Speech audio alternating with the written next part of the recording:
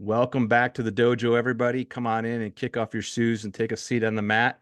We've got a awesome guest with us today, Austin Stone of Tactical Approach Outdoors. And I stumbled across Austin's channel, I want to say either a year or two ago, and was just watching this guy just put down some absolute monsters on public land. I believe it was public land. Is that correct? Yeah. Yeah, it's public land. Yep. And yeah, just really loved the content. I loved how authentic he was. And the fact that he was getting it done on a high level really piqued my interest. So I've been kind of following you along. First starting off over on YouTube and then over on Instagram. So Austin, welcome to the dojo, man. Yeah, thanks for having me on. I've been looking forward to talking with you. I'm glad we were able to get this scheduled. Yeah, that's awesome. So tell us a little bit about yourself, a little bit of history. So I'm from Kansas City. I just actually bounced across the line to Kansas. I was from the Missouri side my whole life, and I had to pull that Kansas tag. Yeah. So I bounced easy bounce, anyways. Easy move. So my full-time job here in the city, am a personal trainer. So I work with clients with fitness and weight loss and muscle building, and started Tactical Approach Outdoors right around 6 years ago. The idea came about longer than that, the idea for the business, but the real path didn't start, for till about 5 or 6 years ago, and it really came down to I saw a gap in the industry when it came to how information was brought to us, but when it comes to not only video but magazine articles, and really found out, I'm a personally, the way I like to learn, the way I like to think, I'm a very much a why guy. Don't just tell me something works without telling me why it works or how it works. So that's something I noticed a lot in the industry, was a lot of information was missing that key point, and it was why something worked. And so that's something that I wanted to really dive into. And I also found out that there's a kind of a large missing group of people in how information was brought to us, and adult onset deer hunters, people getting into it, and also very realistic hunters. We don't have super highly pressured ground that that we have to hunt on. And for years growing up, I refused to believe that that was the only way to kill big bucks consistently. I refused to believe it. So, and that just kind of taken me down the path it's taken me, and has led to some really great deer ending up on my wall, and by design, on purpose, on public land, which has been a really cool journey. Yeah, I'm going to really enjoy this conversation because what you were just talking about as far as information and how it's being presented and to whom and the gap that it was missing, that really is the motivation of this podcast. And I know it's not super unique. There's other podcasts who are like that as well, but my own personal journey, and listeners are probably sick of hearing about it, but for the reason of starting this is because I was listening to so many podcasts that were focused on booners and 200s and all of that kind of stuff, and maybe in a little different way, like eh, the amount of dedication that it would take to do that on a consistent basis wasn't realistic for me. And yet I think I'm highly like dedicated to my craft, but the stuff that I was listening to was even out of reach for someone who is as dedicated as I am. And so I was thinking about a lot of the people that I know, and I was like, a lot of this content, is it going to be applicable to them? And then on the other hand, the way that I first came in to hunting was the mega bucks era and the jewelry outdoors, which, I love the Mhm. jewelries too, but it took me a long time to realize that it wasn't my reality. So anyways, all that to say, I really resonate with your why and why you got into this. So this is going to be a great conversation.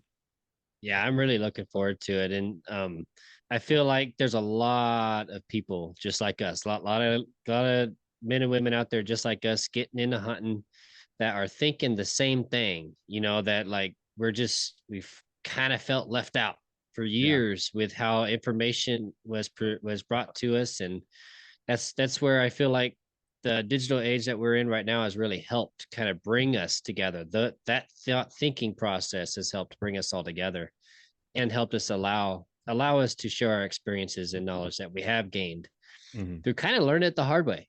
Yeah. Yep. Yeah.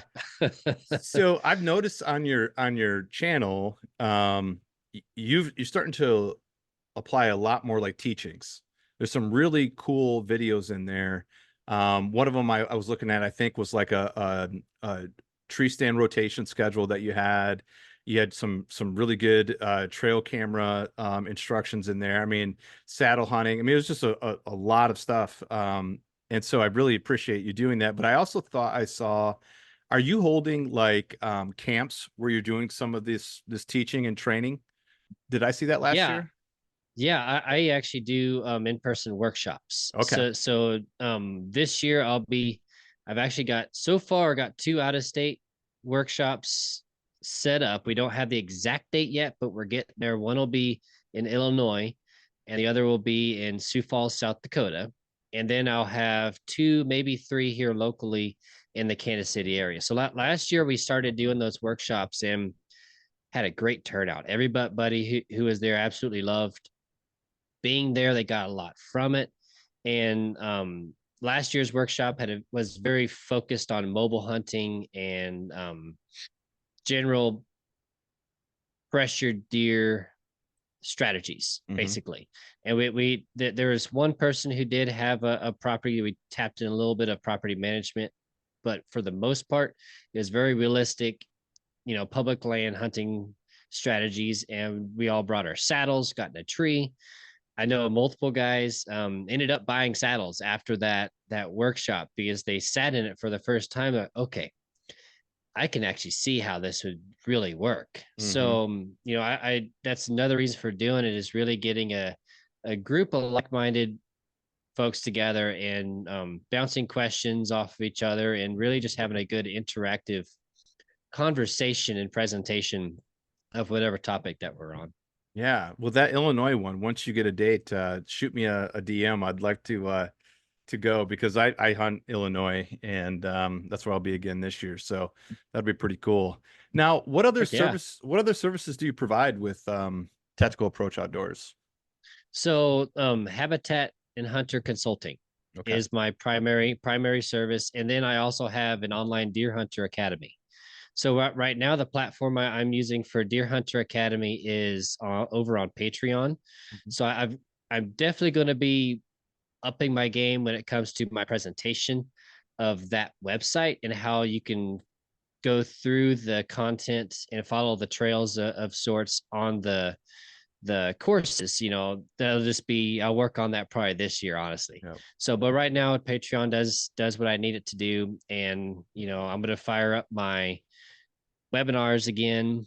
I love doing those had a great turnout when I had webinars. And the course itself has a primary course put together for all the information you need to know as a deer hunter.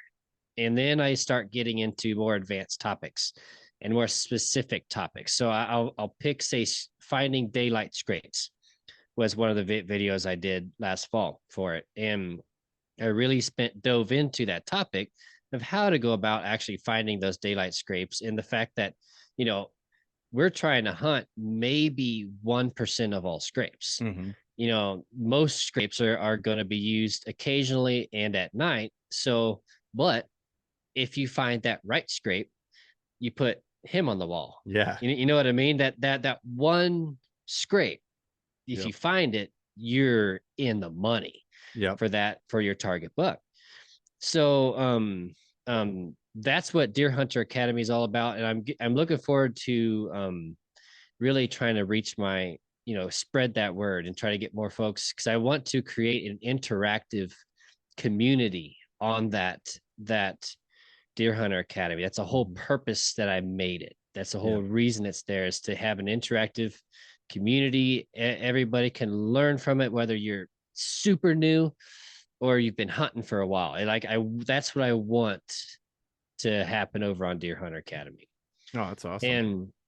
And when it comes to my Whitetail Consulting, it's kind of the way I like to take about it is it's not just with consulting, it's with my public land hunting too. It's thought process. It's design, implement, and execute, right? So just because you have a really nice property and you've put all this time and money into developing this property into a big buck magnet doesn't mean you're actually going to be able to kill that deer because you didn't do a good job of hunting it. Mm-hmm. Right, you see that a lot, and you see a Mm-hmm. lot of mistakes made that are simple mistakes but are huge mistakes. And that's something that I wanted to touch on also when it comes to my consulting clients is not just actually developing a property that entices those deer to use it more during daylight and actually bed on it and create a really good deer environment and a healthy herd, but also how to go about actually executing the hunt properly, having that Mm-hmm. tree stand rotation and instead of hunting the same tree for 20 years and you might shoot a good buck every 5 and you've got this huge path, a highway of deer just going around your stand. They know Yep. exactly where you're at. They're going around you. So fixing that and taking that mobile hunting perspective onto private land and bringing that pressured deer perspective onto more unpressured deer on Yeah. properties that you could actually control your pressure on. Mm-hmm. Yeah. Oh, I like it.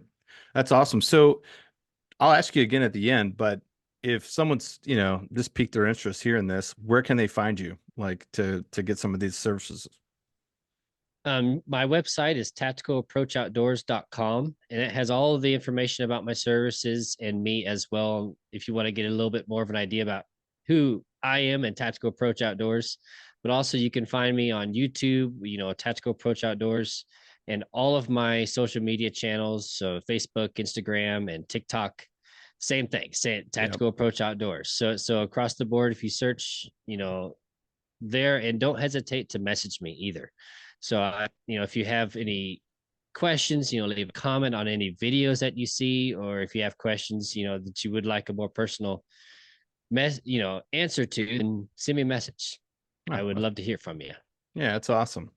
So today we're going to kind of jump into postseason scouting. It's that time of year. We might even be a little bit, late as far as like prepping our strategy, but I think it's still worth the conversation to have. So right now, I would assume you're starting to implement some postseason scouting. Yeah, what are you kind of getting into right now with that? So, really, what I focus on with my postseason scouting is I'm trying to map out a property, basically, Mm-hmm. map out an area, and especially when it comes to bedding thickets and bedding areas. I want to find out where the converging scrape, where the clusters of scrapes are, where the primary scraping activity is, where those feed trees are, around the perimeter, where rubs tend to pick up, any kind of converging trails inside the thicket, and primary movement direction. I'm going to map out everything around the perimeter, everything on the interior as much as I can on the interior, anyways, and just map it all out and then go about putting multiple of those bedding areas together, creating as many options as I possibly can. So, what I'm going to do with that is because I've spent the time right now mapping it out and figuring it all out. By the time I go into summer and start running cameras and actually locating these bucks, all I need to know is that that buck is using that bedding area, and I already have a general idea about how he might be using that bedding area Mm-hmm. because I've mapped out where the scrapes tend to pick up and those feed trees around the perimeter. So I have an idea about how to hunt, around that bedding area, and then also the direction of travel around there. And I also find, how depending on how big the thicket is, where hunting pressure tends to pick up. If it this side of the thicket tends to get hunted harder than this side, well, the sign will tell you. So I already pretty much know how he's using it generally. Then I can really dive into, okay, exactly how is he using it? Is he using this scrape more than this scrape? What's the deal? You know what I mean? Mm-hmm. So I'm trying to create as many options as I possibly can, and not just on a single property, but multiple properties. Yep. because the last thing we want to do, and I've done it, is put all your eggs into one basket, and that something happens that you weren't planning on, which happens all the time on public land. Mm-hmm. Something out of our control happens, and it really messes up everything that you prepared for. Yeah. So sign goes dry. I mean, increase in hunting pressure that wasn't there last year. I mean, it could be a number of things. Then a right of way got cut through it that you didn't know about. Mm-hmm. So there could be a multitude of things that would happen out of your control. And that's if you have that secondary and third, properties that you already know what's going on, you just got to move to them. So let me ask you, are you scouting for specific bucks and in addition to, are you scouting for different parts of the season? So if that makes any sense, like where I'm going to go this weekend, I know that I'm probably going to be hunting there during the last week of October and the first 2 weeks of November. So I'm going to scout that different than a place that I plan to attack early season. So I'm just curious, like, yeah, is it specific bucks or time frame, like, or both? Um, a little bit of both, that depending on the area. So buckhouse hunting in Kansas, I know for sure he survived, so I'm going to be getting back after him. So that'll be a lot more buck specific Mm-hmm. scouting, and but also the general area. So really just mapping things out, because that deer has a really large home range. Mm-hmm. So I'm going to have to figure out his secondary bedding. I've got one area pretty figured out, but I've got to figure out secondary and maybe even his third bedding area. Because if I could find those, we're really in the game, and I can just follow him in that circle, Mm-hmm. that figure out how he moves, and then just hunt him according to what I've observed him doing.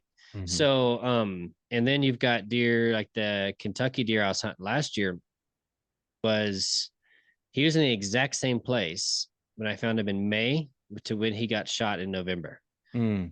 Exact same place. Mm-hmm. So exact same type bedding thicket. And a big reason there is the food availability was very good for throughout the entire season. There's a ton of diversity when it comes to what the property gave these deer in very small areas. So he was able to stay in a small area, where this buck I'm going to chase in Kansas, I need to spread it out a little bit and see, okay, corn tends to pick up here and beans tend to pick up here. And then usually, you got that rotation. A lot of times they do one or the other and vice versa, depending on the year planting. So I'll flip that. So if this year was corn, let's figure out maybe he's going to come back here because they'll have beans planted. Mm-hmm. So that just kind of figure out exactly what they're doing on property. And then this year too is difficult in Kansas because I didn't find any producing oaks. So like not a single one. Mm-hmm. And a big reason is because most of them were bur oaks. So bur oaks, they either produce or they don't. Mm-hmm. So, it could be every other year, every 2 years that a bur oak produces. So this next year could be interesting because I could have acorns to hunt, and that Yeah. really could help me out a lot. So aside from that, it's browse, and browse is difficult to hunt. Yeah. Yeah. Yeah, for sure. So I think one of the pitfalls that I might have gotten myself into in the past is when I come in and I postseason scout. A lot of times I'm postseason scouting a piece that it's probably my first time hunting it coming up the next year. I tend to like adventure and kind of bounce around. And I have stayed on a property for 1 or 2 years, but usually I'm going to go try to find something new. Unless I know of a buck that I want to go after, which is rare.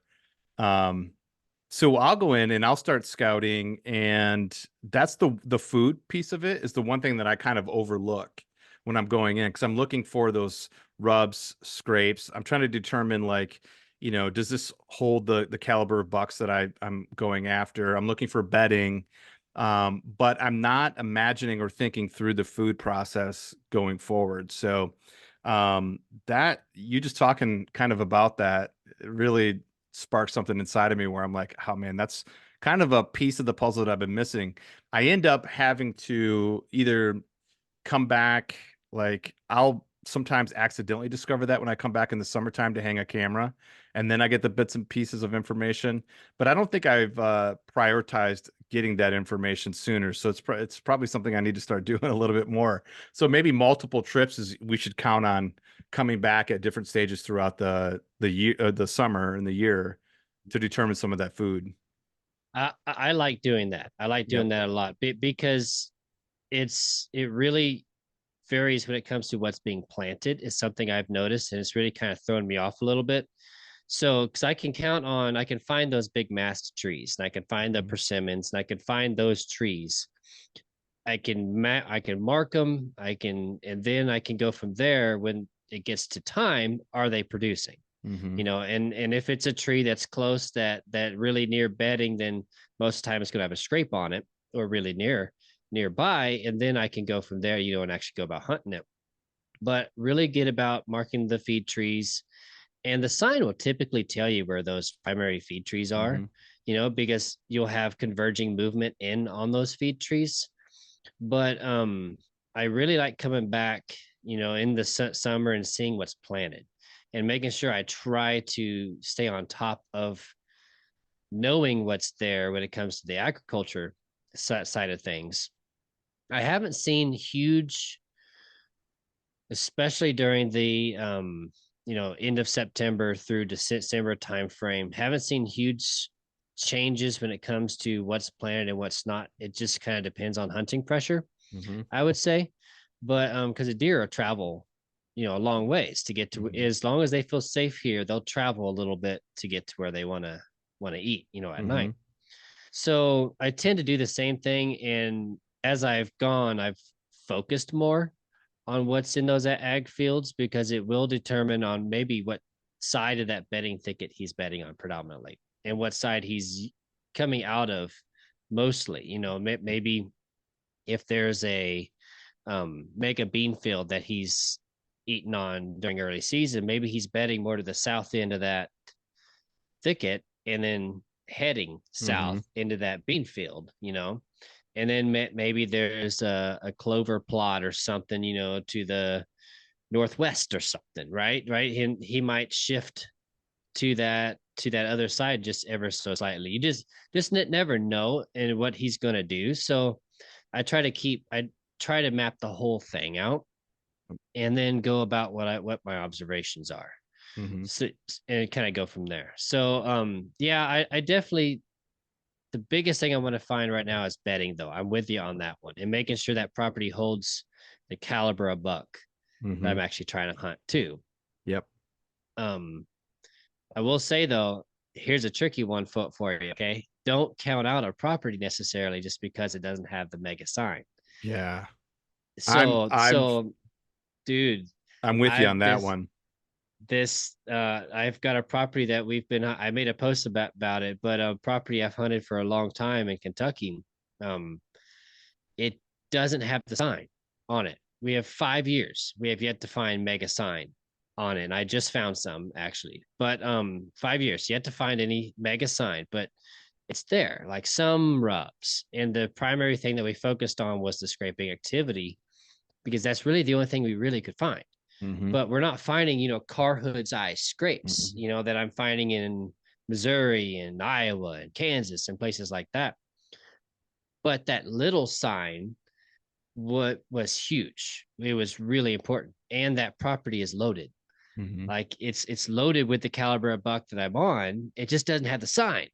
So if I didn't know that those deer were there, I would have looked past this property. How did you find out that those deer were there?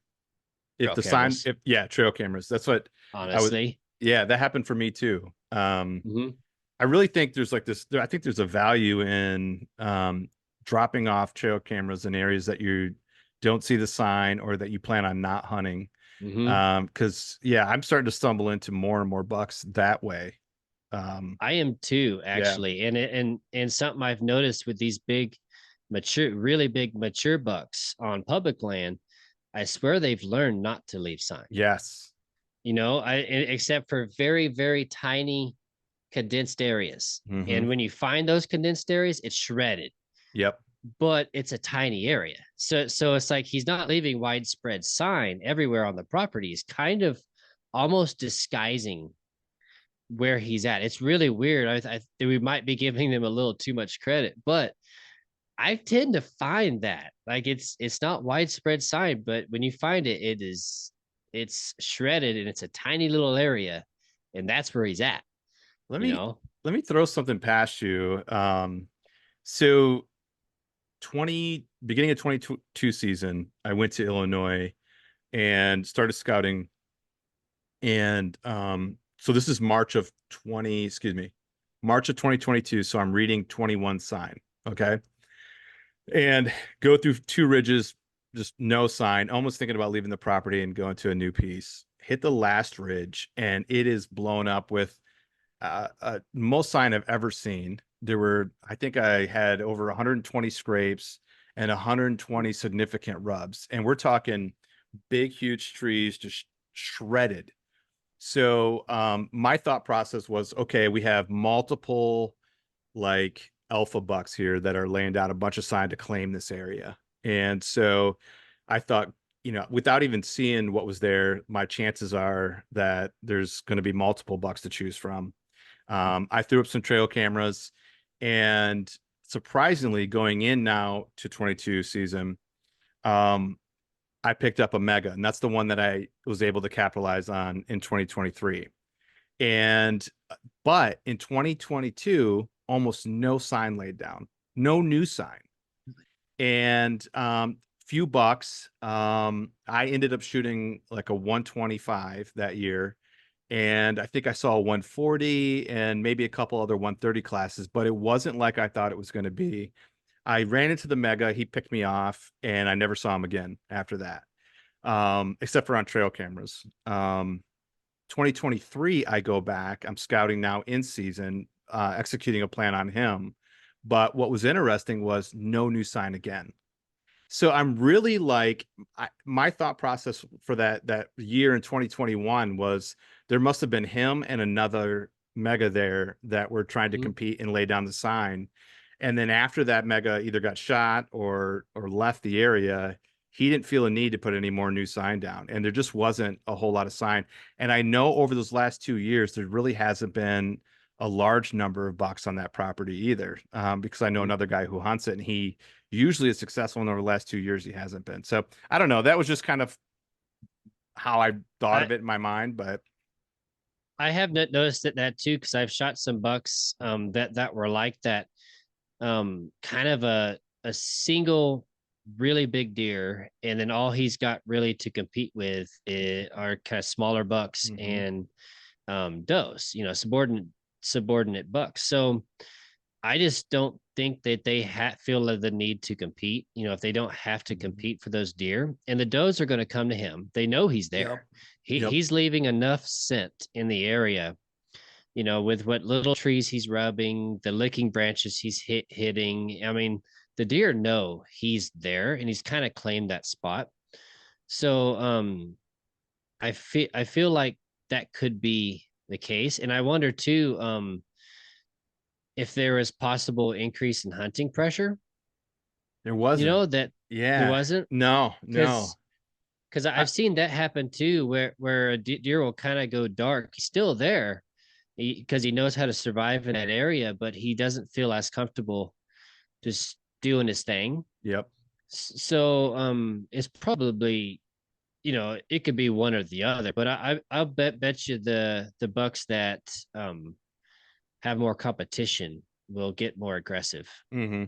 with it. Yeah. Yeah. That was the only thing I could think of. At first, I thought it was acorns because there's Mhm. in 2022, there was a lack of acorns. And so that's what I chalked it up to. But when I came back in 23, the acorns had increased a little bit, but not a lot. Oh, wait, no, they increased plenty. There was plenty of acorns this year. Okay. And Mhm. but the sign didn't increase. It was still very, very little bit of rubs, only a few scrapes. And I mean, I could have walked out of there this year thinking that it wasn't there, but I knew he was there because I knew he made it Yeah. through, and so I could push past the lack of sign. And the one thing that doesn't lie is obviously tracks. And so I got on his tracks, Mhm. and there were plenty of his tracks around. So anyways, yeah, And so that's interesting. maybe too, maybe that year that you found all that sign, maybe he was laying claim to that spot.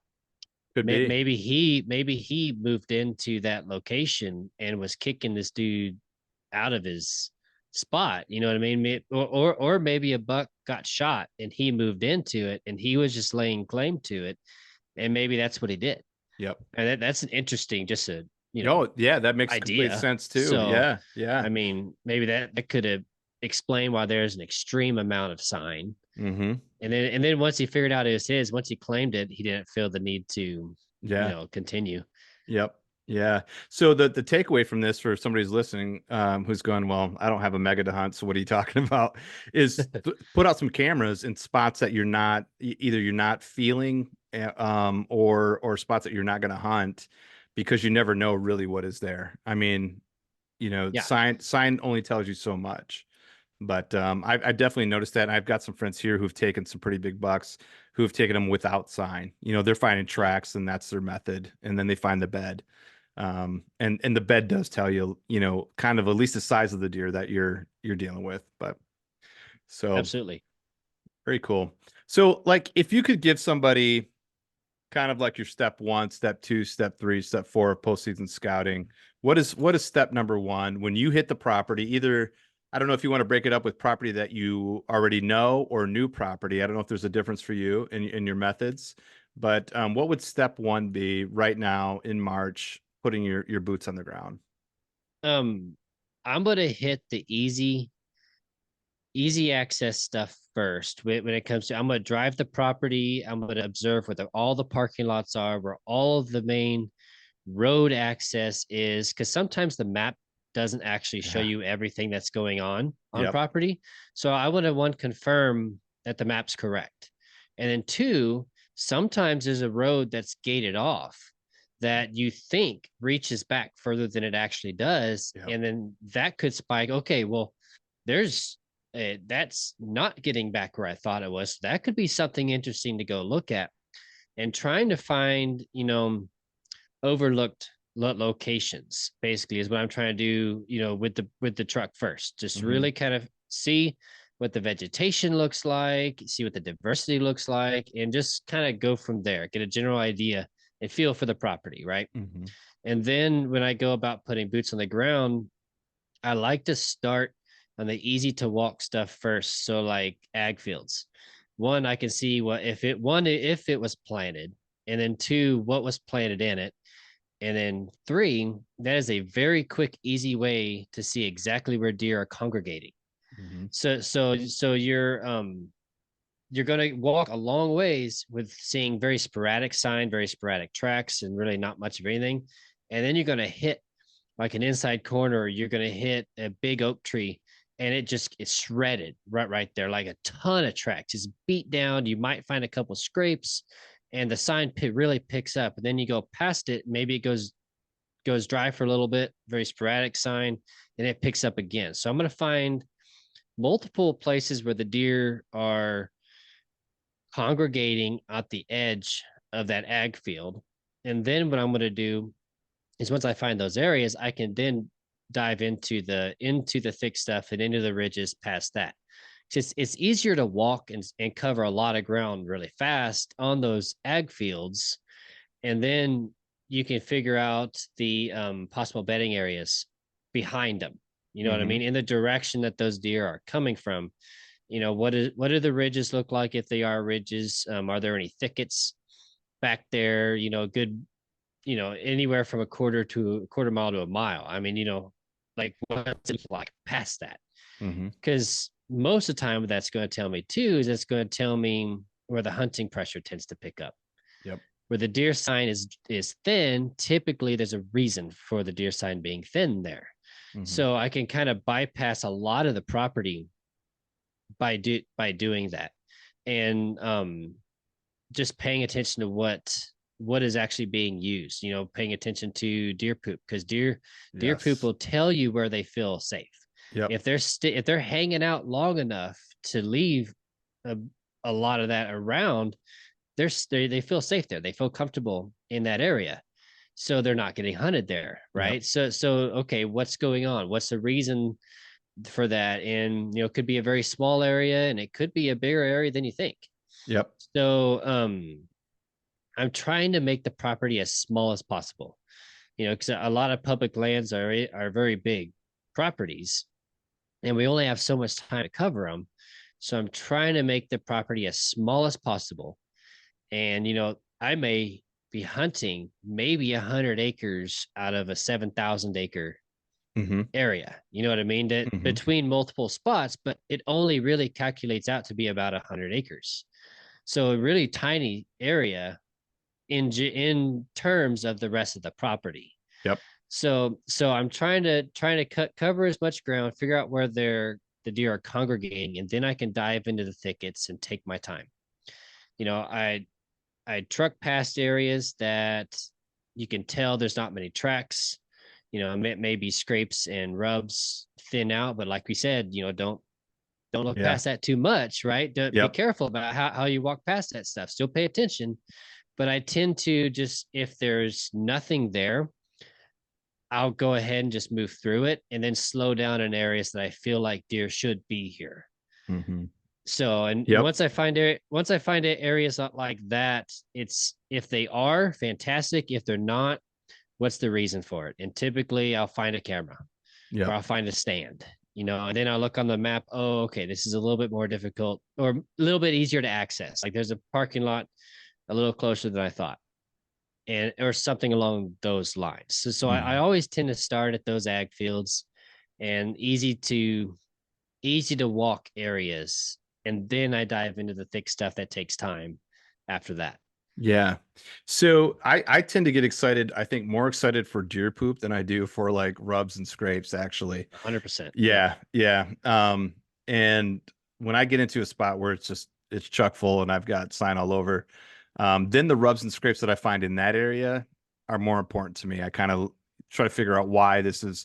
What I'm also trying to determine right now is the sign that I'm seeing, is it late season sign, and is it going to uphold in the season that I'm hunting in October, in most cases, unless it's a early season hunt.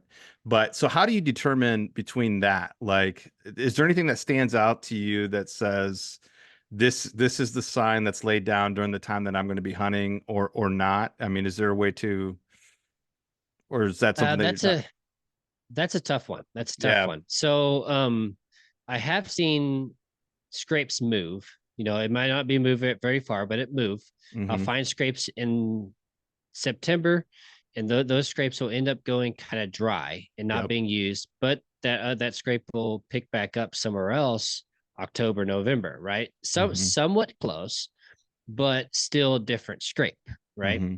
And then I found some rubs will be kind of moldy and Yep. kind of grown over just a little bit. You can tell it's not really fresh.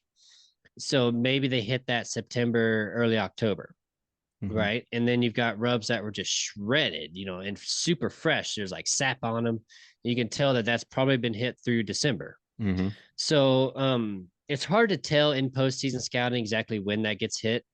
The best really that comes through observation, I think. Yeah. What tends to go from there. So I had one location in Kentucky in some ridges. I set my camera up on a mega scrape that I found during postseason scouting, but it was dry through the middle of November, and then I think a raccoon got to my camera Mm. and just tore up my camera. So when I got to it, it was upside down, antenna was tore off, and it was a mess. So, but it quit. So it quit taking pictures middle of November. But when I got there here during postseason scouting, that point was shredded. There's probably 20 scrapes in about a 50-yard radius.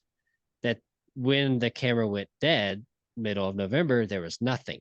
Yep. It was rarely getting hit in front of the camera. And I come back and that point is shredded. So those observations, putting the in-season scouting with your postseason scouting, then you can determine, okay, this gets hit more December timeframe, or this is really hot September, then it kind of dries up and it moves over here. So I can't really say during postseason scouting you can really determine that. Mm-hmm. But if you have some in-season observations and intel that you can pair with that, then you can really tell that the difference. Yeah, the reason why I brought that up is because I think what we're trying to do is make a hypothesis of what's going on in the woods, Mhm. and that's just our best educated guess, right? And Yep. so I think in my younger days, I would see sign and then take it as absolute that this spot right here will function the same way when I'm there hunting whatever time frame that was going to be. And now, like, it is a continuous process. It's not just postseason scouting. Okay, I went in there, I walked, I marked everything, I've got my stand set, and I'm done now, and I won't be back until October.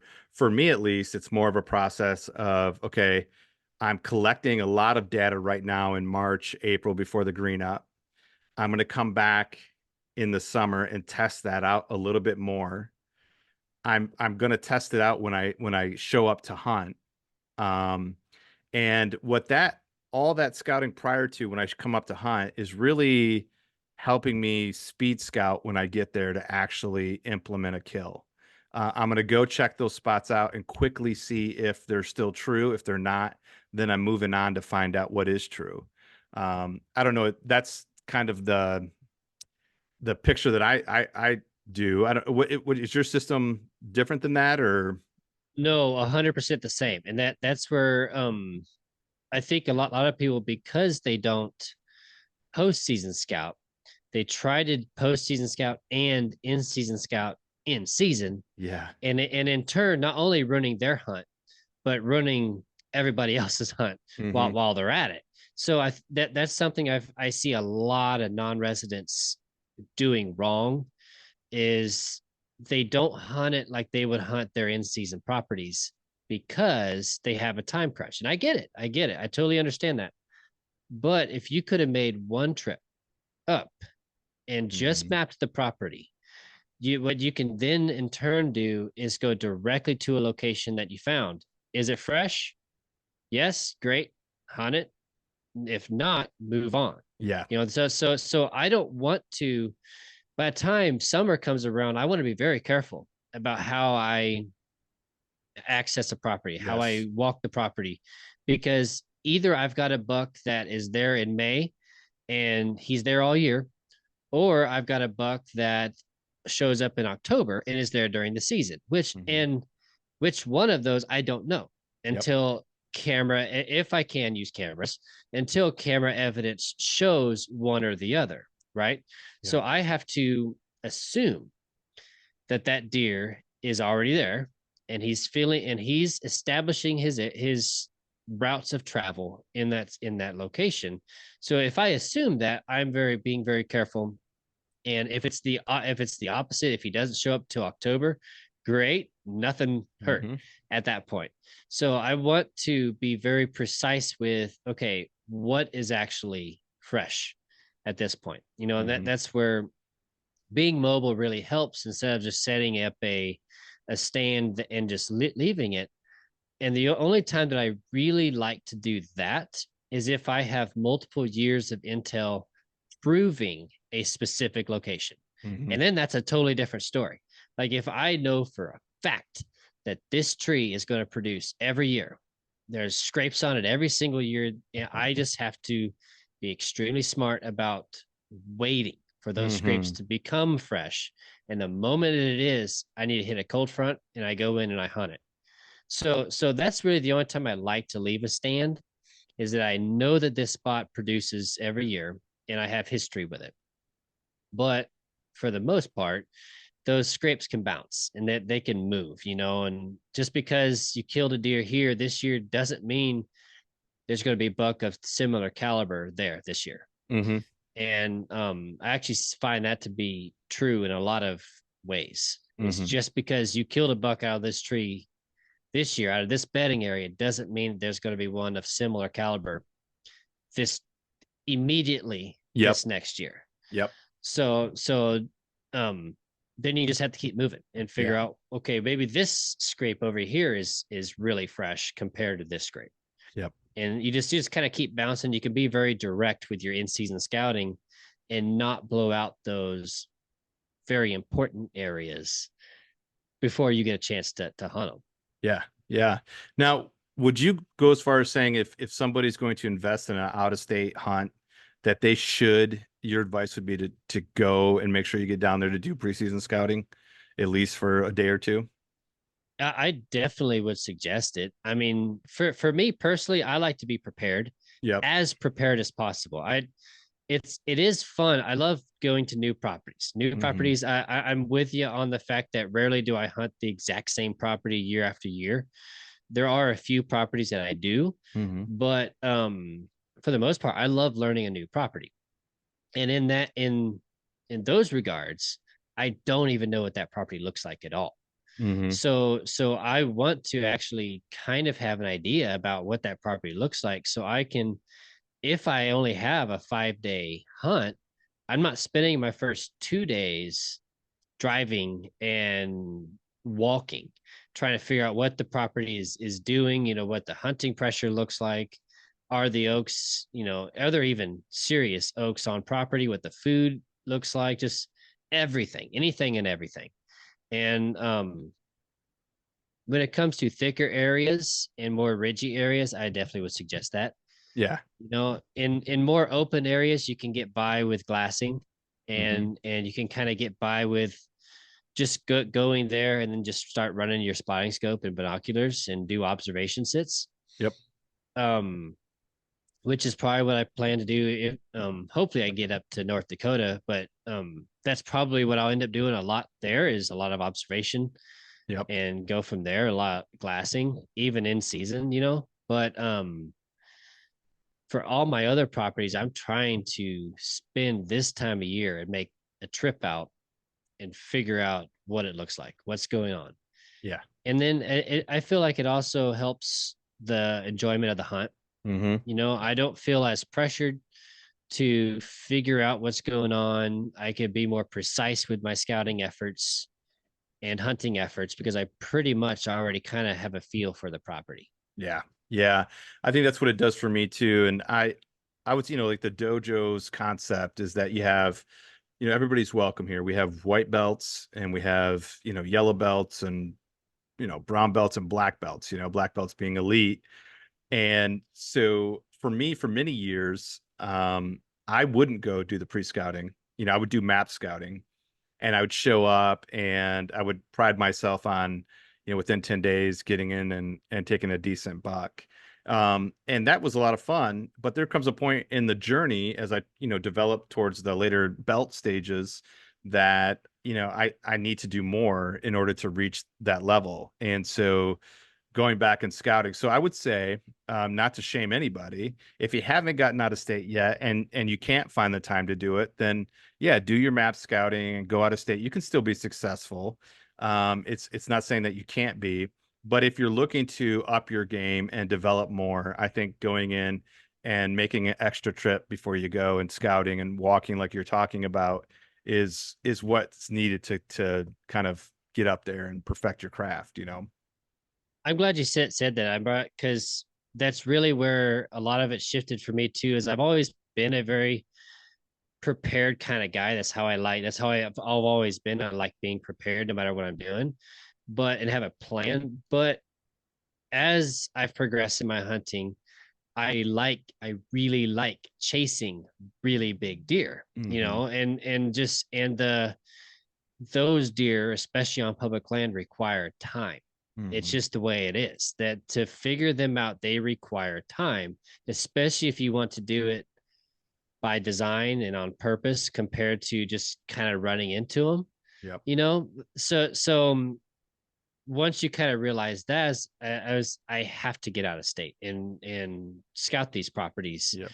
because if that truly is my goal, I have to do this in order for that to be a realistic goal. You Yeah. know what I mean? Yep. So if I can't do that, that's fine. I just now have to drop my expectations to a more realistic level I wasn't able to prep. If I run into a deer that size, fantastic, awesome, Yep. right? But I'm not necessarily going to expect a deer of that level if I was unable to go out and do the level of prep required for that deer. Yeah, and I'm glad you said that because what happens then, for me at least, is when a 120 walks by and I haven't done that scouting, I don't know if there's another caliber deer bigger than that one. And so I'm letting the arrow fly. And all of a sudden I'm stocking up on 120s, which is great. I mean, if that Yep. Yep. I have been ecstatic shooting 120s. I mean, and Oh yeah. 125s and 130. Oh Like yeah. I find a lot of joy into it, but there is a certain point where you've done that for so many years, at least for me, where I was like, so what I'm actually saying is, I wonder how many times I've been on a property where there actually was a likelihood of a higher caliber deer, and I robbed myself by not doing preseason scouting and shooting the 120, where if I would have let them walked, the likelihood of a 130, possibly larger, would have came by. I'm assuming I don't know what the percentage is, but I'm assuming I've been on properties that has been the case, and I Yeah. kind of shorted myself by not scouting early. Yeah. And that's learning. That's going Yeah. through our learning process, because you were obviously on to something and developing your skill and process, which is why you were able to come out with those 120s, Hmm. right? And Hmm. and more than likely there were deer Hmm. of that bigger cat caliber there, and it was just that was the step you're at Hmm. in your process. We've all that's where we're at. We're at different steps in our game, in our Yep. process, and then you think back to it, you're like, come to think of it, that property, I hadn't been there in a couple of years. I shot that 120 out of it, but there might be something bigger there. So that's where I like to be. I like those curiosity scouting trips. Hmm. A property that I know I've killed deer out of, but I hadn't been there in a while. I kind of know what it looks like. Let's just go see what's there. You know what I mean? See Yeah. see what's there. And sometimes you run into some crazy stuff. Yeah. And then sometimes you're like, probably not. Yep. Yep. Yeah. Oh yeah. Yeah. So one of the difficult parts of having a conversation about preseason scouting is that that's such a broad term because Yeah. it really depends on what part of the season you're scouting for. So I'm going to push us towards a people planning their rut vacation, because I think a lot of people do leave out of state for that, and not even necessarily that you have to leave out of state. I don't want you to disregard this conversation if you're like, I'm not going anywhere. I Mhm. still think people still take that vacation time, even in their home state around that time. So Absolutely. when you're scouting, when you're postseason scouting for a place that you're going to hunt during the rut, does that change some of the stuff that you're looking for, as opposed to a place that you're going to hunt early season? Not really. Oh, that's interesting. Honestly. Yeah. So to be really honest with you, not really. Okay.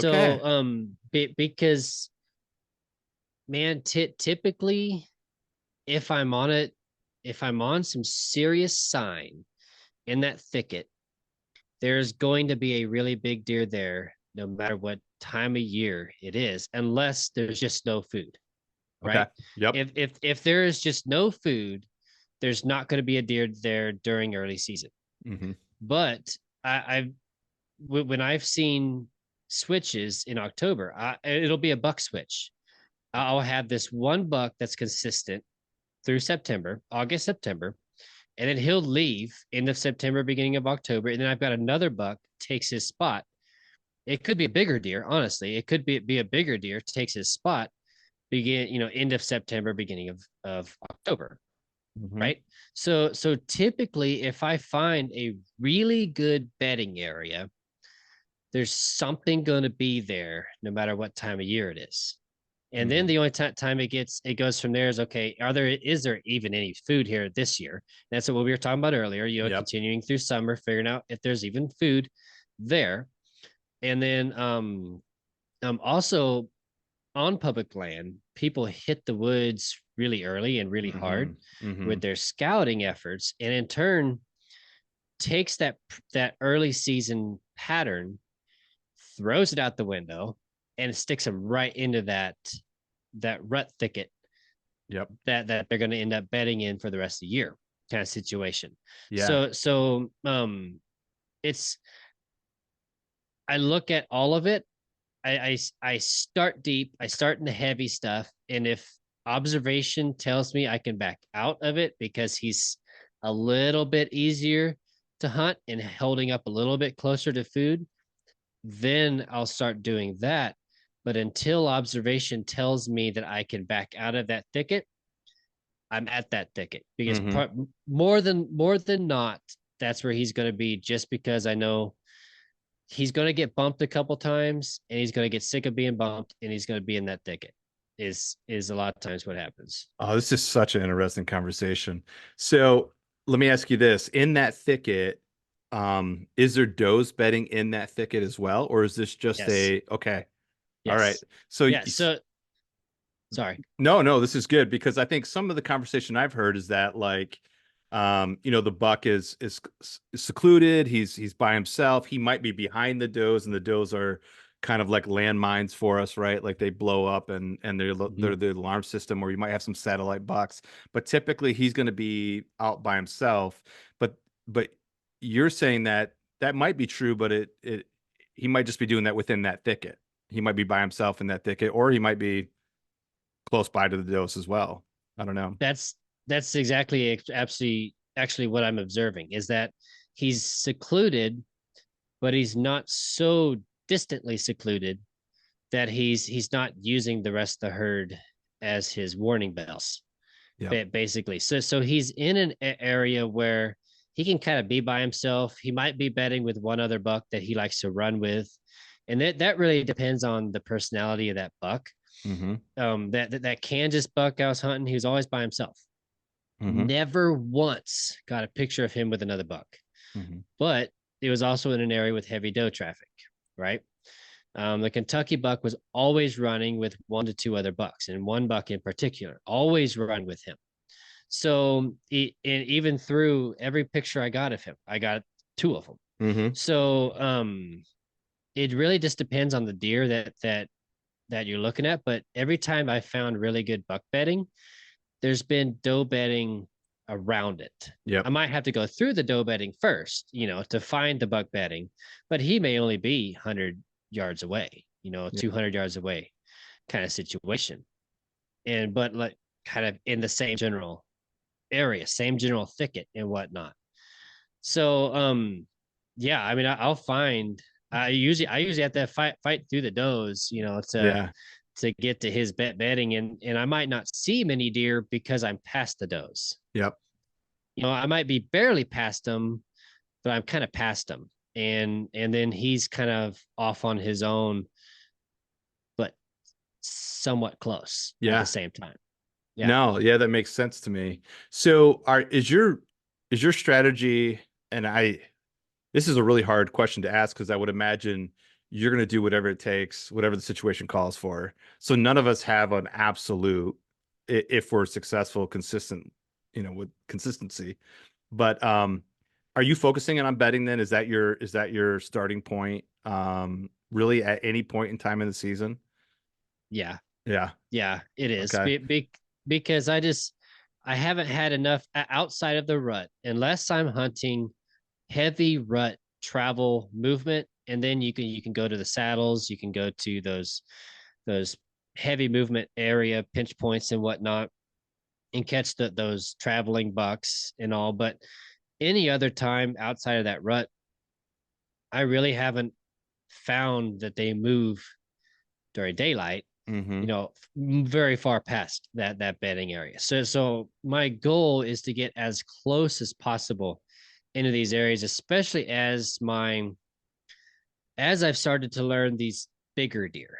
Yep. Get past what we were talking about, the 120s and 130s. As I've gotten into the 150s to 170s and whatnot, those bucks, they're a different level. They're a Mm-hmm. different deer. So everything that I've observed so far with those deer outside of rut movement, and even with rut movement, it is if I can hunt really close to that bedding area, that's where he's going to be. But Mhm. he might come out of it just a little bit more during daylight Yeah. kind of situation, you Yeah. know? So like that's where he feels safe and that's where he is surviving. So he's going to stay there. And then I have to figure out how in the world to hunt him Yeah. after that. Yeah. So let me ask you this during the rut. Okay, let me put a time frame on it. From let's say November 4 until November 12. How how much buck movement do you experience? Can you describe what that looks like? I mean, It's really interesting that time frame yeah. because that time frame hasn't always been actually a good time frame for me. Yeah. And I think a big reason for that is because the big dominant deer lock down so fast Yeah. with does that they aren't actually moving. And they lock down with a doe inside their immediate bedding cover. Mm-hmm. So I feel like the more dominant buck, in that area, unless you're like on top of them kind of situation. I've had trouble during that specific time frame, but the moment that time frame frees up, that November 13th time, Yeah. and for the next week or so, dude, the movement's ridiculous. And I've killed a ton of really big deer because they come off of their first doe and then they start searching for the second doe, and that's when I tend to see the best luck is when they start searching for that second doe and find another one and just keep moving. Yeah. Yeah. So yeah, I mean, I've in that beginning of November timeframe, depending on where you're at, it can be warm at the same time. Yeah. Yeah. It's a weird week. Like I've had warm weeks, and then the moment that November 11th to 13th situation kind of rolls through, sometimes you get a cold front, and then it spikes the movement. Yeah. So, Yeah. No, I'm glad but that's what I'm seeing. Um, mhm, and I haven't adjusted. So I'm not yeah, saying what you're saying because I'm not actually usually in the woods on that like 12, 13, 14. Um, Usually, yeah, my trip is done and I'm back home. But what I've seen, and I've been doing this for a long time, I've been taking that time period for my out of state, go since 2008, and I've yet to ever encounter like this crazy rut movement where sitting in a funnel between bedding would pay off a ton. What I usually see in that instance is like a year and a half, two and a half, maybe every once in a while that three and a half will come through.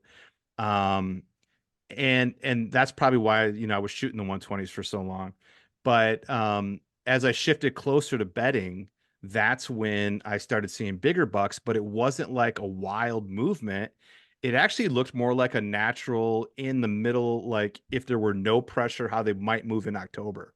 It was yep, just this casual, like I watch them bed down and they're betting all day, and the reason why I can see that because I'm sitting on betting and I'm hmm watching them bed down and sit all day. They're not moving a ton looking for does, but I've always been nervous to say that out loud because what I typically think I hear in a lot of media is like, oh yeah, November 4th, November 6th is the best day to be in the woods. And yeah, I've seen it kick. I killed a nice buck on November 6th, but it's not like this crazy scene going on. I man. think it starts to you hear a little bit more grunting on the 6th and 7th, a little bit, but it's not wild. I'm so glad you said that. 'Cause I was thinking the same daggum thing, dude. I'm like, what is the hype Yeah. with this week, dude? Like I just don't get the hype. And No. maybe it's more private land controlled pressured guys or see the success and crazy movement during that time frame. I don't know. Honestly, it doesn't make because if I were to choose an out of state trip from what I've observed during that time frames, I would skip that time frame and Yeah. I'd wait till like November 10th to 13th Yep. and go and then spend my trip. Yep. And because every time I do that, I get serious movement and I kill deer. Yeah. So and then it's the week prior to that first week in I November. was just getting So ready to say that. Yeah. it's the week prior and it's the week after I've seen the best movement. It's like scrapes are hot, they're firing and they're moving and they're responding to calls, and then it's like it's dead. Yeah. It's gone. It's dead during the time frame. Everybody says that it's amazing, and then it picks back up again after that. So that's my personal observations. It sounds like you're kind of Yeah. Yeah. That's in the mine same boat too. there. And it's not pressure driven because the piece that I've been on for the last 2 years, it's literally been myself and one other guy. Mm-hmm. And even with him, he was only there for 2 or 3 days during that time frame, and I had the whole place to myself. And I'm super conscious of how I access and walk in, and I'm not usually, if there's not action in the spot that I'm in, I'm really aggressive. I go until I find it. And so I know I'm not like burning up a spot. And this has been the case since 2008. Yeah, that is, I'm so Yep. glad we talked about that because I think there's something there. I definitely do. And it's going to take courage for me, even though I know what I see with my eyes and what my experience has been, to push my time out. But this year, I think I'm going to I, save it for that later time frame. I would rather hunt if I had one time frame to hunt. I would hunt the back end of October and the back end of November. Yep. Those would be if I had that was it. If I just had two time periods to hunt, and that was it. That those two time for periods, that last two weeks of October and the last 2 weeks of November. Yeah. And it's just through my observations and experience, that's just tended to be when I see the best movement and I've killed all my deer. Yeah. So I'm Yeah. Oh, that's awesome. That's so good. So, and we're primarily hunting Midwest. Is that Mhm. primarily where you're at? Do you Yeah. venture anywhere else? Not yet. No. So Yeah. like yeah, not yet. I'd like to start venturing elsewhere, and that's the purpose of really firing up the whitetail slam idea that I've started Hmm. with my content, Yep. is to give me kind of a purpose driven goal to get outside of my comfort zone kind of situation, different states, different vegetation, different terrain, and then and see, one, what the differences are, and then two, just how similar Mm. Hmm. deer are, but no matter where you are in the country, because everybody's got an argument. Oh, my deer are different. Yeah. Are they though? Are they though? A deer's a deer. You know what I Yeah. mean? So it's just, what is that deer in that specific area? So the deer's going to be a deer. You just have to adjust your vegetation. What are they eating? What are they using? What does the vegetation and terrain makeup look like? But you're using the same general idea Yeah. to hunt these deer, no matter where you are in the country. And then you have to also then adjust your expectations as to what kind of deer you're hunting. Because there's so many different subspecies of whitetail. They're not just a whitetail, and Florida's not the same whitetail as a Kansas whitetail. They're Yeah. just not. So you have to adjust your expectations depending on what region you're hunting as to what size that deer is going to become. Hmm. And just because your state doesn't necessarily produce 150s doesn't mean it's that your state's harder to hunt, because it's just that your mature bucks are going to look different than Yeah. these mature bucks. It's just a difference in the subspecies and food availability. Yep. That there's so many factors that go into big antlers. Hmm. So but yeah, so that's part of really kind of doing what I'm doing, is I want to really reach out and see the differences and the similarities no matter where I'm at in the country. So when we go through, when we're going back to pre-scouting here, so you've gone through, we're marking down bedding, you're marking down scrapes. Are there certain scrapes that you're focusing on over other ones? I mean, scrapes close to bedding. Are you focused on scrapes anywhere else outside of that perimeter of bedding? Um Yes and no. Yep. So really the scrapes I'm focusing on are the larger scrapes compared to other scrapes in that specific area, Yep. right? But also clusters of Yep. scrapes. So I'm just trying to find converging movement, and that's really what the scrapes are telling me, is that there's converging movement there.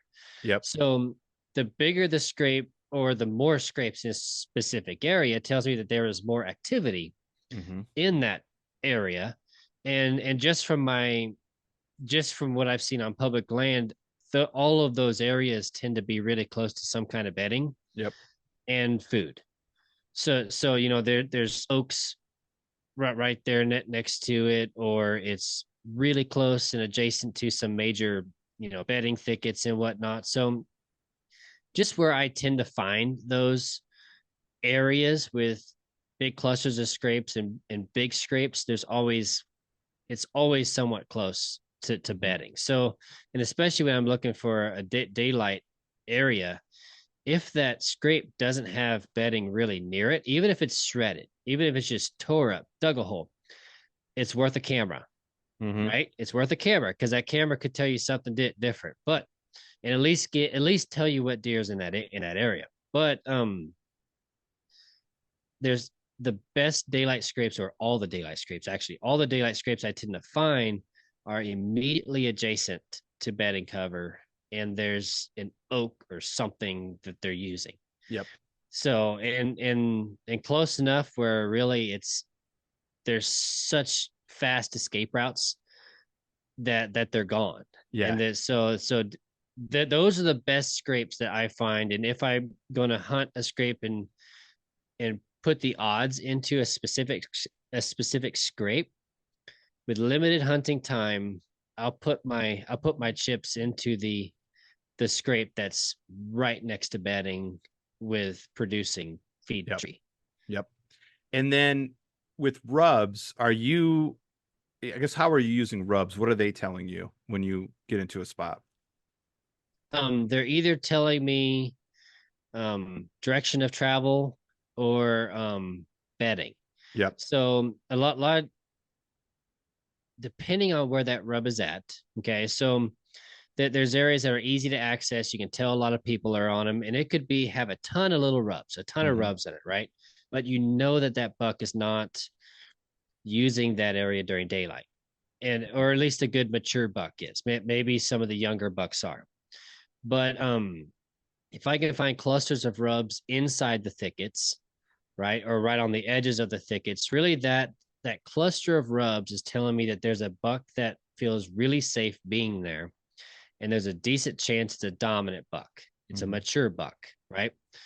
Um, the only way I can really tell size of buck is height of the Yep. rub, So if I come across a rub that's chest high, I know I'm dealing with a pretty good animal. Like Hmm. he's standing tall, he's tall, he's got a tall rack. He's accidentally touching. And really what you're looking at is you're not looking at the main portion of the rub. You look at the accidental little scrape marks, Yes. Yeah. right? So Yep. so it's a broken branch that's chest high. It's a little tiny scrape of a Hmm. tine that's chest high. You know what I mean? Yep. And then too, how dug out was that tree? Did he get aggressive with it, or did he just kind of touch it?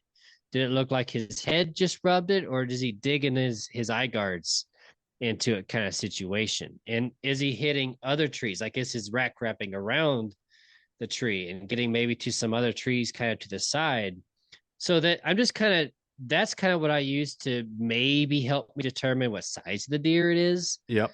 But unless that they're big like that, I you can't really tell Yeah. exact size of deer. But I'm looking for clusters is really what I'm after. And most of the time the signpost clusters tell Yep. me where I need to be. Yep. So I it's right next to bedding every single time. So you've gone into a piece, you found the bedding, you found the scrapes that are adjacent to that bedding. You're finding the clusters of rubs all in this area, and the topography, whatever that topography is, if you're in hill country or flatland, whatever it is, looks appealing to, where a big buck is going to live. You found all that now in March. What else are you doing, if anything? Are you are you picking out, are you starting to pick out trees that you're going to hunt during this time? Or, is there anything else that you're going to start to apply? 100%. So right now, once I figured out, I found the sign, I feel really good about this specific location. Now I'm going to start marking, okay, where can I actually get into this and hunt it? How can Hmm. I hunt it? Is it huntable? Do I have to hunt it on the ground?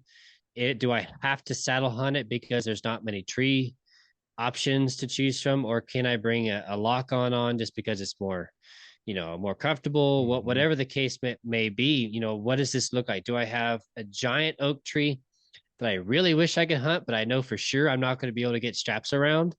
Yeah. So what's it look like? So I'm going to try to find trees, and I'm also going to look for access. Yeah.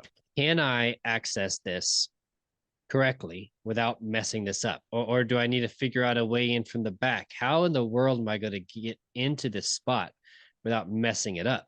Hmm. And then I'm also looking at wind. What is the wind doing in that spot? Is it swirling? Is the topography funny to where maybe I need to sit off to the side and allow that draw to kind of suck my wind a different direction? How can I cheat this wind enough to put an arrow in a deer without him winning? Is Hmm. is kind of what I'm because more than not, that buck is going to have the wind to his advantage in some manner. We're just trying to cheat it enough to where we win. Yes. You know Yep. what I mean? So I can't can we use a draw to suck our wind slightly off to the side and up the draw or down the draw, whatever it might be. Hmm. Um and help us out along those lines and just kind of see what's going on in the area. There's usually a reason that well, there's not usually there is a reason that he's there and he feels safe there. And a lot of times the wind is doing something funny. He Hmm. knows how to survive that spot. So, I once I confirmed the area, yeah, I'm gonna figure out, okay, can I hunt this scrape? What's the feed tree look like? What's the setups possible look like? How can I access this fairly low intrusive? What's the wind doing? And just kind of really thinking through. And then two, it goes into time specific. Am I gonna hunt this September where I'm gonna be mostly a south prevailing wind? Hmm. Or am I going to be hunting this October, November, where I'm going to hunt a lot of cold fronts and have north prevailing winds? Hmm. And then just really keep an open mind from there. Because if I find out this buck's only in this area on a south wind, then I need to know how to hunt him on a south wind and not just how to hunt him on a cold front north wind. Yep. Right. So Yep. because I've ran into that problem is that I haven't done. I've gone into thinking, okay, I'm going to cold front hunt this, time it. You know what I mean? I'll be perfect. That deer's not even there during a north wind, so Yeah. it did me no good. So I then had to switch gears and figure out what he's doing during the south wind, and which makes timing really difficult Hmm. because it's easy to time a cold front, but if he's not using that area during a cold front, he's using another bedding area, then, you know, one, try to find that other bedding area. Yeah. Yeah. And then two, keep working and figure out what he's doing on that south wind and how to hunt the south wind there. So if I can figure out all wind directions, as many setups as possible, then I feel really good about running cameras now come May, June, locating a buck, and then I can get in detail about what where he's using the most at that Hmm. point. And if I can, and once I figure out he's using this area the most, then I can really kind of look at, okay, yeah, that tree's going to work, right? I can hunt that tree, or I don't know that that's going to be a good idea. Maybe I should keep looking and get close to it, kind of find a tree just a little bit off. So, and then two, this time of year, you can see exactly what's going to look like come November Yeah. Yes. with the leaves off the tree. You know exactly what your shooting is going to look like, what the cover in the tree looks like. So right now is a fantastic time to see what that tree is going to look like. because you could pick out a tree during summer in September to that looks good. And then once the leaves fall, there's no cover in that tree anymore. Yeah. And then Yeah. you're sticking out like a sore thumb. So it's also a good time for that, is just to choose the tree and really get a good feel for what it might look like depending on the time of year that you're going to be hunting it. I think it's a little bit easier to determine bedding for that time period too right now, It is is. because yeah, if you walk in and it looks thick and there's cover, Mm-hmm. then there's going to be thick and cover there in November, where that's not the case for some like earlier season bedding. I mean, that changes because they lose the cover. And that's fun though, because if you can find areas like that are great, fall bedding, but is also has some grasses and some thinner spots that go with it, that deer may use that exact same thicket year round, Yep. because he's not having to rub his velvet on trees, because he has enough grasses to walk through Yep. and enough of an opening to where he's not banging his velvet horns around. But once the velvet comes off, he's already right there into Hmm. some high stem count cover, but Yep. it doesn't matter about banging his horns around. So um and then, like that early season, you got the stinging nettle in the bottoms that this deer love, and we hate to walk through. Oh yeah. Yeah. So it it the early season, I feel like, widens the bedding availability just because of the vegetation Hmm. growth. So you kind of have to think outside the box, and they're also not moving very far, so it can be pretty tricky. Yep. But if you do find a thicket that has a really good grass and high stem count kind of mixture, you might be able to find a buck that's staying there all year. Yeah. Yeah. So you answered my next question. So you're coming back in May, June, and you're hanging cameras.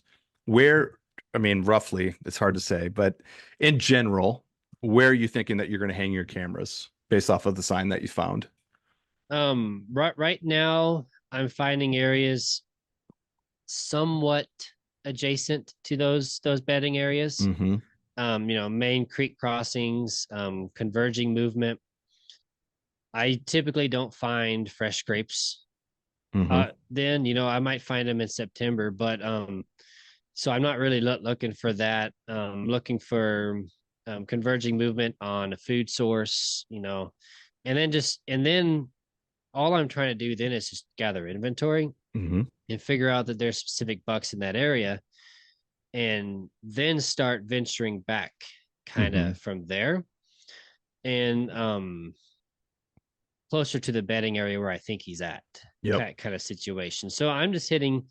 And then too, the thing is, I've noticed too with these bucks early season, they can use one trail, period. Hmm. And if you're not on that one trail, you won't know that buck exists. But if Yep. you're on that one trail, you get a picture of them almost every day. Yeah. It's wild. So I mean, you could be 10 yards off on a different trail and not get pictures of that deer, and then you move it over here and you start getting pictures of that deer. So I find that very interesting too. And I'm like, we could be missing deer, Oh, yeah, I believe it. thinking thinking that there's no buck there, and in reality he's just a little bit over here using this trail. So that was something we really learned last year also, was that fact, like we could Hmm. barely be missing what we're after just because he's using one specific trail over another. Yeah, I mean, that was the buck that I killed last year. He was splitting two cameras. I mean, he was Mm-hmm. walking right down the middle, and where I killed him, 40 yards behind me, I had a camera up for the longest time, and I never once got him on that camera. I had gotten him on the other camera, but then he kind of caught, I hunted close to that camera and he busted me. And then he just started splitting those cameras and he was just going back and forth between. I thought he was gone and he wasn't. And I Yeah. luckily caught him on another camera in February that let me know he was still there. But yeah, I mean, he was splitting them. It was really interesting. So I got an interesting question for you Hmm. on that topic. So you were getting pictures of him, Yeah. right? Yeah. Okay. Did was he looking at your cameras ever? No.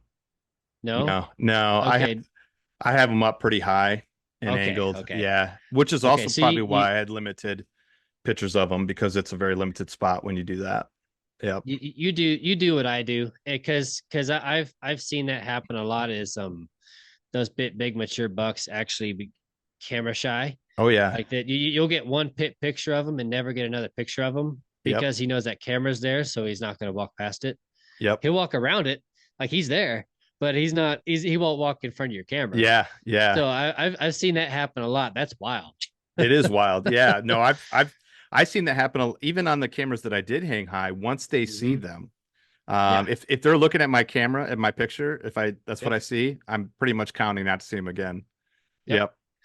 And Yep. he's still there, but he's not. You're not going to get him on that camera again. Yep. Yeah, I've Yeah. seen that exact, and I've seen that a lot on client properties too. Because most people, when you think about hanging cameras, you're hanging them 3 feet off the ground, and that buck's standing there staring right Yeah. into the lens of that camera. He's like, he disappeared. Like, no, he didn't. Yep. He's Yeah. there, but Yeah. he also knows your camera is there. He doesn't like it. So You yeah, it's should very interesting. people should pay attention to that too. I mean, if the Mhm. pictures you're getting are deer looking at your camera, there's a problem. You have Yep. to fit either your camera's too loud or it's in a position that it's drawing too much attention and Yep. you need to move it. You need to do something Yeah. different. Yeah. Yep. 100%. And just from those observations, I would love to, just because what you said, we limit ourselves with viewing a bit ability with the angled Hmm. camera. With I would love to be able to see out further in certain locations. Yeah. But man, seeing how these big bucks respond to a camera, I'll never hang a camera 3 feet off the ground No, either will I. ever. So Yep. it's just I'd rather limit my viewing range and know that that deer's not looking at my camera and I'm a ghost, Yep. or versus risking the fact of him not using that spot Yeah. because of my camera. Yeah. Yeah, for sure. So, just to recap really quick for everybody. So you're going in, you're scouting, you're driving the perimeter, you're looking for overlooked spots. You're then diving in and you're looking for thickets, bedding areas, and then a cluster of rubs around those bedding areas, the scrapes around those bedding areas. That tells you that's a focal point. And then you're coming back in May or June, you're hanging up cameras adjacent to those. So travel areas out of those bedding, travel lines out of those bedding areas, probably transitioning to food, just to collect inventory. And then at some point, possibly moving cameras a little bit closer to that area to verify that that particular bedding area is being used, and you're setting up a game plan based off of that intel that you're getting. That's how you're using a overgeneralized Yeah. plan for scouting. Yep. Excellent. And man, I've kept you on a long time now, so I want to honor that and probably wrap this up.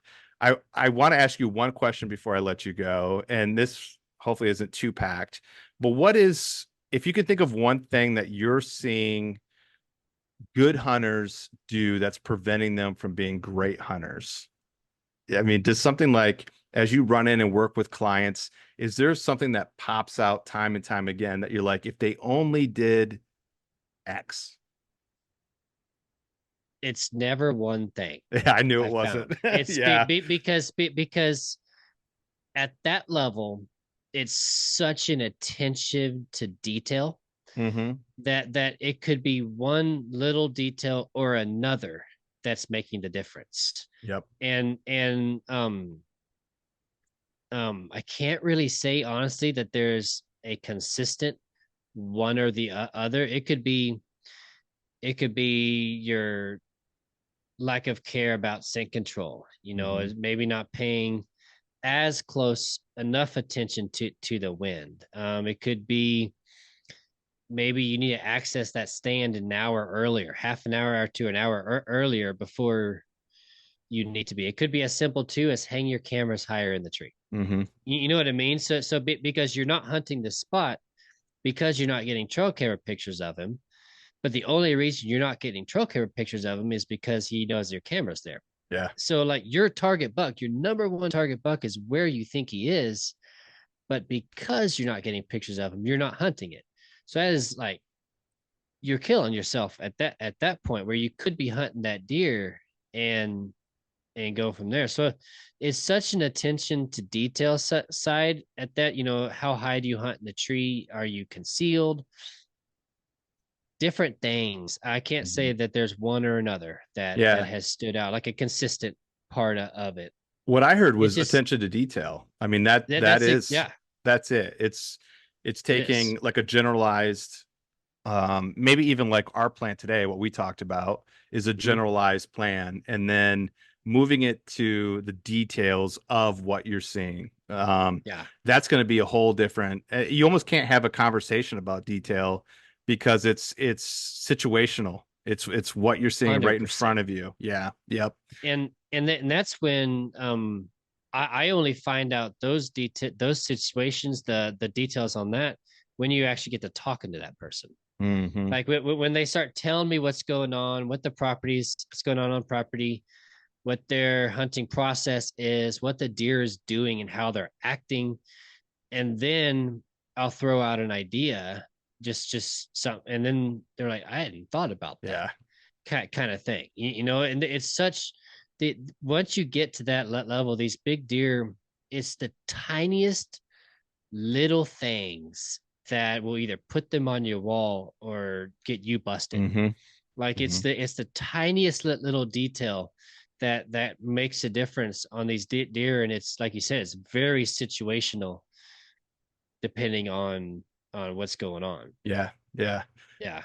Man, I can't thank you enough. I took a lot of your time. Where can people find you again? Yeah, you can find me on social media for Facebook, Instagram, and TikTok at Tactical Approach Outdoors.